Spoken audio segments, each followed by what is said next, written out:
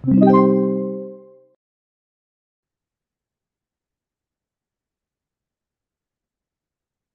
next situation. A plate is used as a bracket and is attached to a column flange as shown in the figure. Assume the base metal shear is adequate. Calculate the direct shear load in the welds in Newton per millimeter. Okay, so direct shear load. So as you can see, this is an in-plane eccentrically loaded welded connection. So meron tayong weld dito, may weld dito sa ilalim. Tapos ano siya?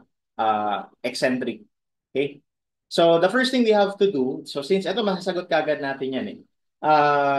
Because sabi niya lang direct shear load. So para makuha mo yung direct shear load, parang ang gagawin mo is ito, ililipat mo lang doon sa centroid nitong mga welds. Tapos i-divide mo lang doon sa total length. Okay?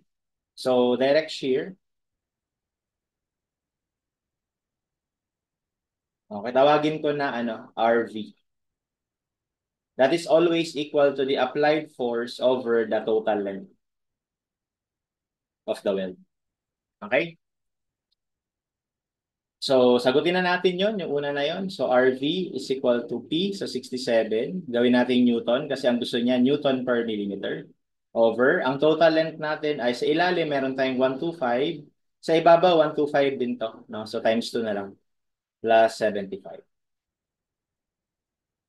So, that gives us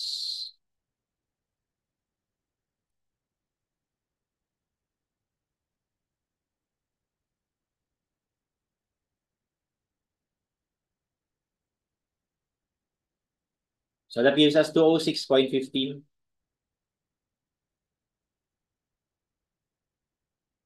Okay, that's letter A.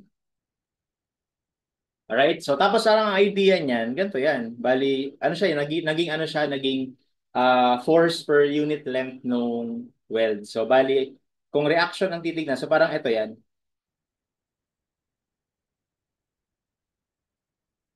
Ganyan. Ngayon yung RV. Okay? So, that is the direct shear load.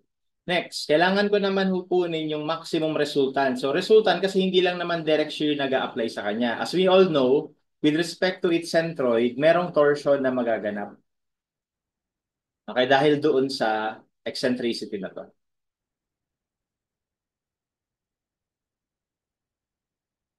Okay? So, reminder lang, pag sinabi mo eccentricity, hindi ito yun ha. Okay, pag sinabi mong eccentricity, yun yung layo ng force mula doon sa centroid nung mga sa centroid nung element na kukontra dun sa force. In this case, yung mga welds, no? Sa centroid nila. So, kailangan natin kunin yung centroid nila. Okay, so para makuha yun, so palakihan muna natin. Palakihin ko lang.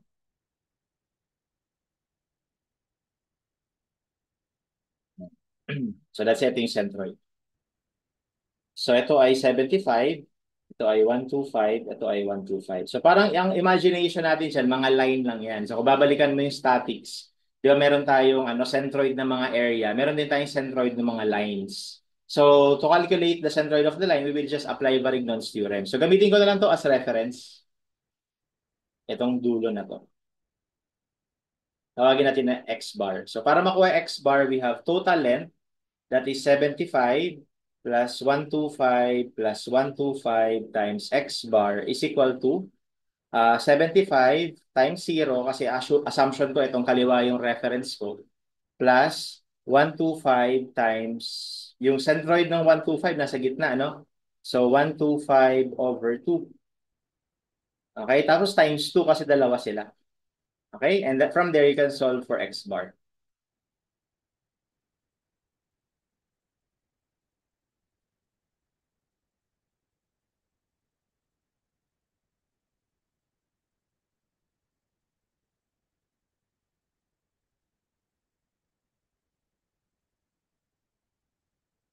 So that gives us 48.077.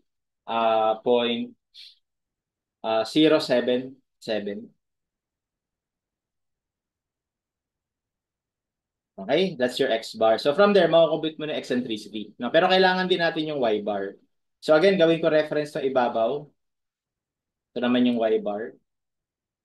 Okay, so para makuha yung y-bar, mag-moment area lang tayo dun sa ibabaw or moment length lang tayo sa ibabaw. So sa ibabaw, we have, again, total length, y-bar is equal to, yung ibabaw, we have 125, kaya lang nandyan yung reference natin, kaya 0 yung distance ng centroid niya. Plus yung 75, ang distance ng centroid niya mula doon sa ibabaw ay half lang ng 75. Plus yung 125 sa ilalim. So yung 125 sa ilalim, hindi ko lang nalagyan ng length, pero ito ay 300. Ayan. Okay? So from there, we can solve for y bar.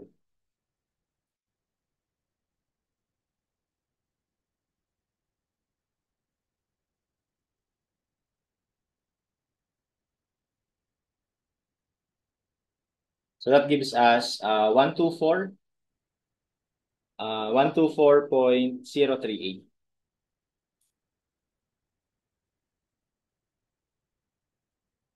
Okay, so now that we have the centroid, we can now define yung eccentricity.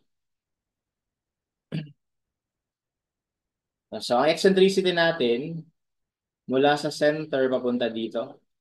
So that is, alam ba to? Bali, pwede natin gawin 175 plus 125 minus ito, which is yung x bar natin. Okay, so yung eccentricity is 175 plus 125 minus x bar.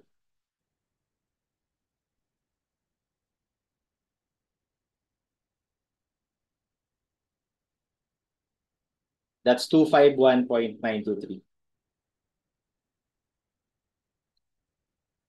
And from there, we can now calculate the torsion. Torsion is just the applied force times eccentricity. So the applied force is 67 kilonewtons multiplied by E. So gawin na natin tong meter para naka Newton millimeter. Kilonewton meter tayo. So that is 16.879 kilonewton meter. Okay. So, nandun na tayo sa part kung saan kailangan nating hanapin yung torsional effect doon sa welds. And kagaya doon sa bolted connection, um, bawat location ng mga welds ay iba-iba sila ng reaction dito sa torsion na to. Na magkakaiba sila ng reaction dyan. And yung reaction nila is nag-vary. So, shear due to torsion. Okay, so again, drawing natin, palakihin ko na lang.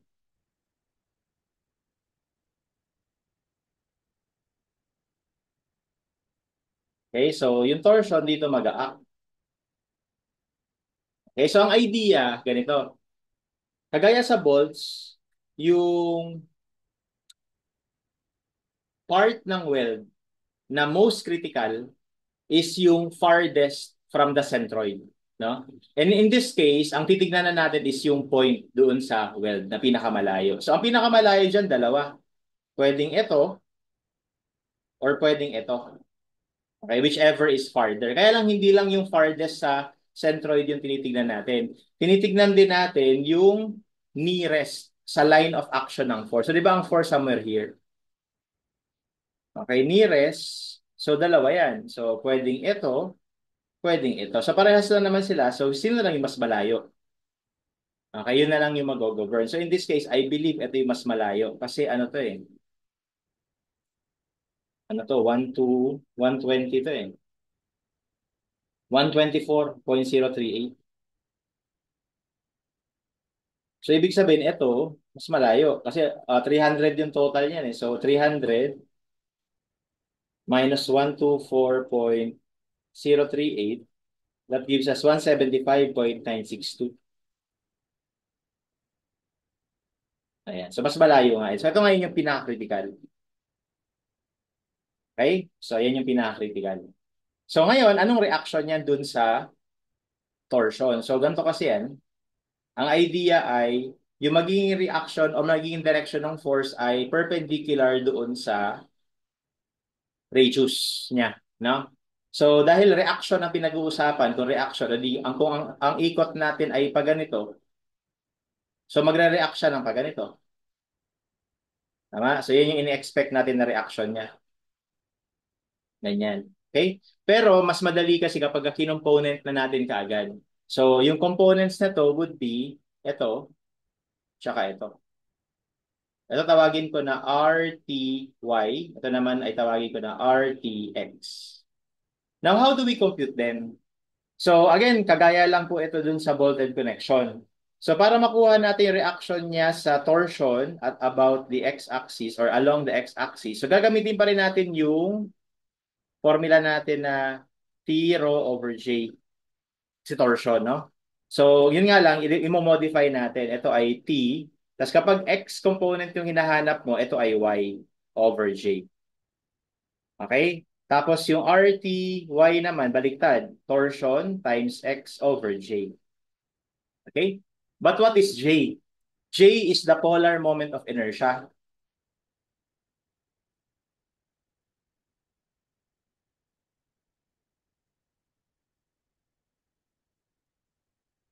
By default, ang polar moment of inertia is sum ng Ix at ng Iy. Okay? So ngayon, lumalabas na kung maraming ano yan, maraming welds yan. So i-add lang natin lahat. Okay? So how do I compute that, no? Well, bigay muna ako ng example dito. Kunwari, okay, ito na lang pala. Kunwari, ito na lang, no? Hindi, para hindi lang pumatong dito. Gagawa lang ako ng iba example. Kunwari, meron tayong ganito, meron tayong ganyan. Okay, pwede na yan. Tapos meron tayo nandito yung centroid. Okay? Tapos gusto ko hanapin yung polar moment of inertia. Sabi natin summation ng Ix plus Iy. Okay, so unahin natin to. Okay, kunwari meron niyang length. No? Meron niyang length. Kunwari tawag ko L1, yung length niya. Okay? So, tapos yung thickness niya, okay, we will assume 1 mm thickness. So default ito sa mga welds, yung thickness i-assume lang natin na per 1 mm. So if that's the case, edi ang moment of inertia nito centroidal ay BH cube over 12. Edi L1 1 cube over 12 kasi rectangular eh, 'di ba? Plus kasi na-transfer pa natin yan dito, 'di ba? Na-transfer pa natin yan diyan, no? Okay, let's say ang distance niya mula dito ay y. Okay, so lumalabas, that would be area d squared. So yung area niya is L1 times 1 times distance squared. So ito ngayon yung Ix nitong weld na to. Tapos may Iy pa. So ano naman yung Iy niya? So sama natin Iy. So ang Iy naman, bali, ito naman yung B. Ito naman yung naka-cube. Kasi ano na siya eh, y na axis na eh. O di we have 1 times L1 cube over 12. Plus, ito transfer ulit natin. Okay, tawagin ulit natin ito na x. Okay? So that the area would be L1 times 1 times x squared. Okay? Ngayon, pag pinagsama natin lahat yan, I want you to notice this part in comparison itong dalawa. If you compare these two, etong L1, yan yung mas malaking value, di ba? Isipin mo, mga kagaya nito. Kagaya nito, 125, 75, di ba? Tapos ito, 1 mm. So may value ito. Kapag kinumpare mo yan dito, ang naka-cube dyan is yung mas malaking number. Ngayon, kapag kinube mo yung malaking number, mas malaking value yun. So dahil ito is much, much greater than this, di ba? This is much, much greater. So that's why we will just neglect this part. Okay, kapag inad mo yan doon, parang halos walang mako-contribute yung value niyan. Kaya nine-neglect na lang natin yan. Kaya kapag sinimplify natin, ito ngayon yung magiging value or formula. So L1 cube over 12 plus L1 x squared plus L1 y squared. Dito factorable yung L1. So L1 times L1 squared over 12 plus x squared plus y squared. Ito ay moment of inertia or polar moment of inertia nitong weld na to. Eh, paano naman to? So, i-add din natin yan. So, meron din siyang sarili niyang x galing sa centroid. Meron din siyang sarili niyang y. Okay? Kaya kung susumahin natin, i-add mo lang din naman yun. So, it will turn out na yung moment of inertia nito, polar moment of inertia, is ganito rin yung magiging itsura. Kaya ibig sabihin, in general, yung polar moment of inertia natin, in general to ha, kapag welds, summation ng L squared over 12 plus x squared plus y squared. So that's why ito yung ginagamit natin na polar moment of inertia kapag welds.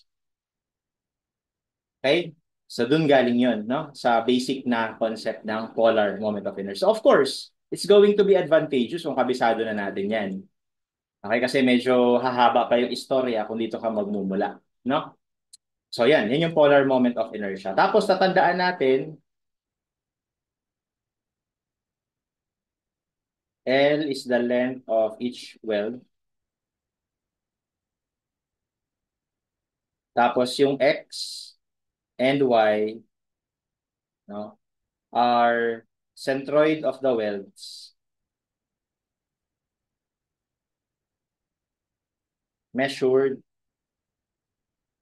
from centroid of the weld group. Okay, so I'm referring to this. This is the centroid of the weld group. This is the centroid of the weld. So yung X and Y is distance nilang dalawa palagi. Ito yung X, ito yung Y. Okay, so balik tayo dito. So ngayon dito, we have to define yung J nung lahat ng weld. Tapos yung Y tsaka X na to, we will only define itong specific location na to. No? So ibig sabihin, for this particular location, ang X natin ay ito.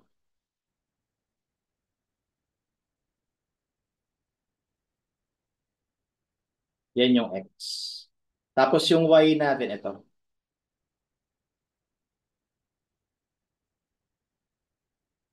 Yan yung Y. Okay? Which is measurable naman. Actually, dito yung Y natin, ito na eh. Yung X na lang yung wala. Yung X is basically, kung alam naman natin na X bar ito, di ba kanina, ito yung 40, 48.077.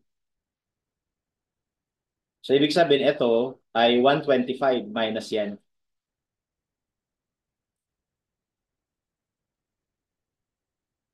which is 76.923.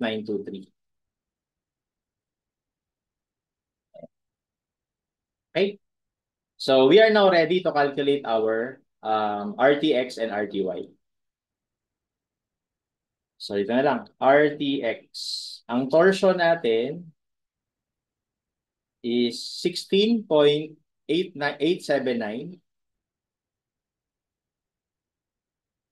Gawin nating Newton millimeter. Okay, yung Y natin ay ito, which is ito. 175.962 over J, no? Yung J. So yung J natin, medyo mahaba eh. Pero lagay ko na lang muna J. Okay, i-separate natin yung pag-compute. Yung RTY naman, that is still the same torsion. Pero yung X natin ay itong 76.923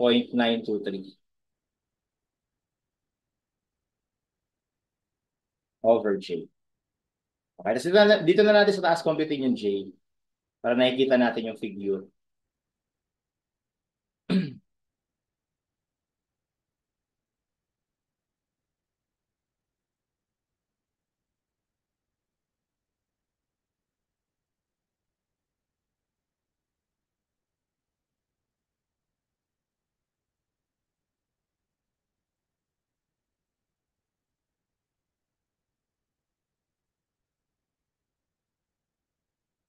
Yeah. Okay. So, yung J natin is equal to, di ba, formula L times L over, L squared over 12 plus X squared plus Y squared. So, unahin na natin itong weld sa ibabaw. Ito muna. Okay, yung length niya, 125 times 125 squared over 12 plus, ano yung X niya? So, again, yung X niya is yung centroid niya, which is nandito, nandyan. distance ng centroid na yun, papunta dun sa weld centroid, which is ano, 125 over 2. Di ba? 125 over 2 to eh. Kasi 125 yung buo. So 125 over 2 minus, ito, minus x bar. Okay? Plus y squared.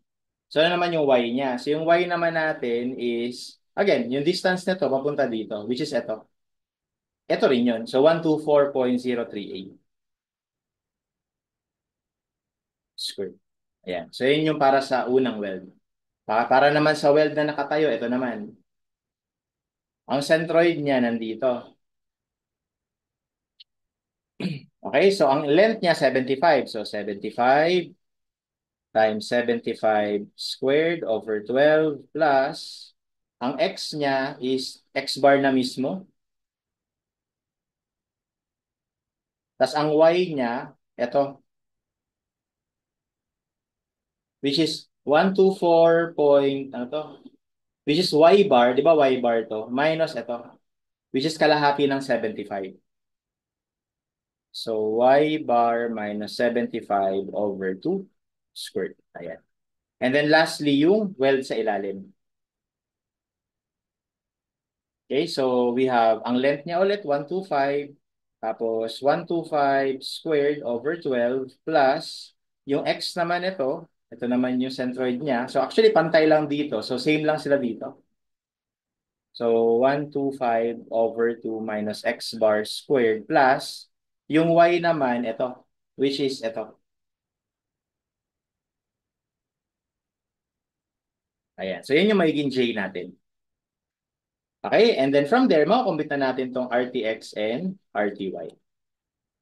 So, we have 16.879 million times 175.962 over j. Ito yung j natin. So, medyo mahaba. 125 squared over 12 plus 125 over 2 minus x bar squared plus 124.038 squared plus 75 squared over 12 plus iba yung x bar tapos y bar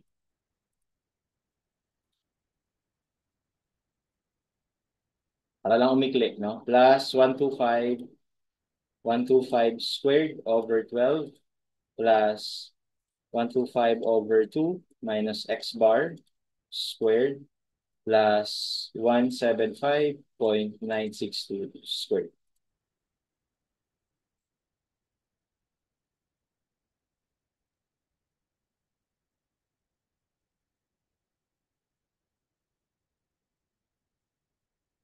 Ay, hindi ko pala nalagay sa x yung ano. Oo nga. Hindi ko pala na-save sa x. Save ko na lang pala muna. X is 48.077. Tapos yung y bar, 124.038.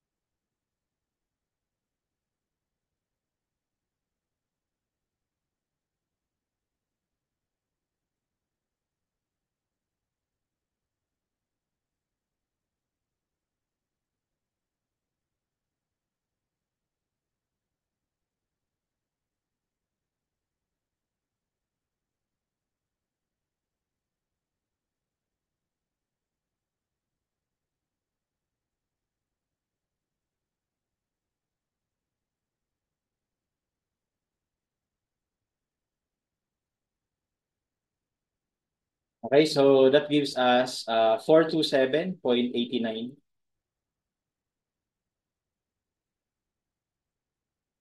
This is in Newton per millimeter. Okay? And then next, ito naman. So, dito, mabilis na lang to. We have 76. Palitan natin ito na 76.923. So, this is 187.05. Okay. So, ngayon, balik lang ako doon. So, bali nakuha natin. Ito, di ba? Ito, tsaka to. Ngayon, i-combine din natin yan doon sa direct shear. So, meron tayong direct shear kanina. Ito, RV. Okay, ito. So, i-combine natin yan. So, bali, itong mismong, ano na to, itong mismong point na to, yung point na to, no? Palakihin ko lang. Yung point na yan ay subject sa RTX at saka RTY at saka meron pa tayo dito yung direct shear RV. Kaya yung resultant niyan is pag kinumbay natin itong tatlo, to tsaka to. Okay? So yun yung resultant force acting on the most critical weld. Okay? Which is equal to square root of RTX squared plus RTY plus RV squared. Okay? And that gives us, tignan natin, square root of RTX 427.89 squared plus RTY 187.05 plus yung RV natin was 206.15. Okay, and that gives us 581.12.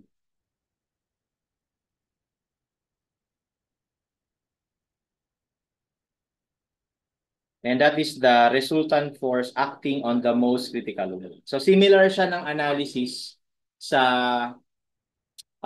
bolted connection. Ang pinagkaiba lang, una yung J, yung pag-compute ng J. No? Tapos pangalawa is instead na namimili ka ng specific weld, namimili tayo ng specific point sa weld.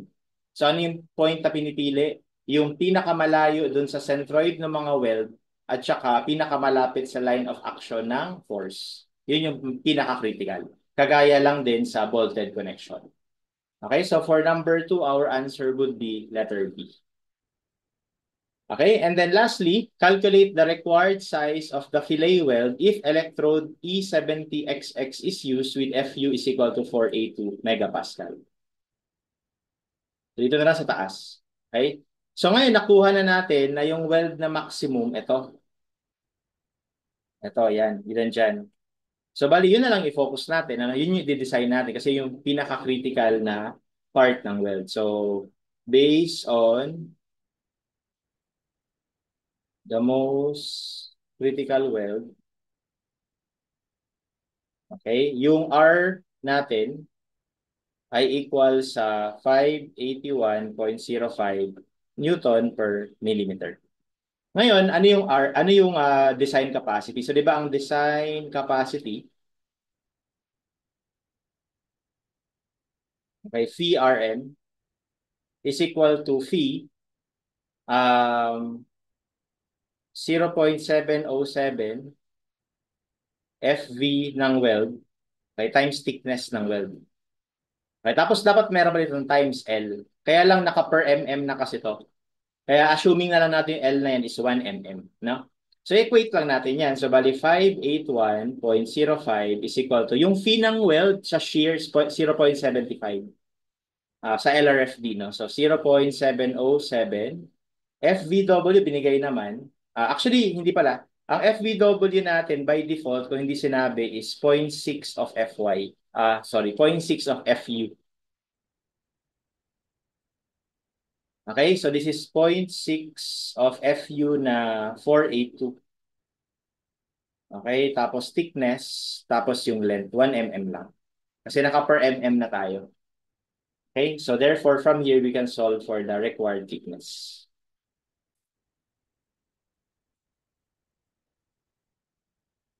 Uh, Huwag kalimutan na gawin nyo tong Newton. Hindi pala, naka Newton per mm na pala yan. Okay, so Newton over 0.75.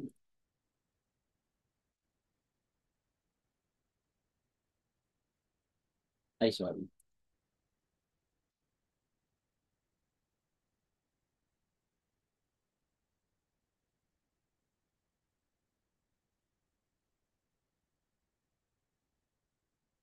Okay, so 3.79 mm. Okay, which is approximately, if we would choose, look at the choices, that would be 4 mm. Okay, and that's our answer for number 3. No? Another point is, pwede kasing hindi ibigay ito, ibigay lang yung pangalan, E70. So, ang ibig sabihin ng E70, okay, ito na yung ano niya, FU, 70 KSI. Okay, ang conversion niyan, kung gusto mo maging megapascal, no? Multiply mo lang ng 6.91 or 6.9 na lang para madali. 6 KSI times 6.91 megapascal over 1 KSI.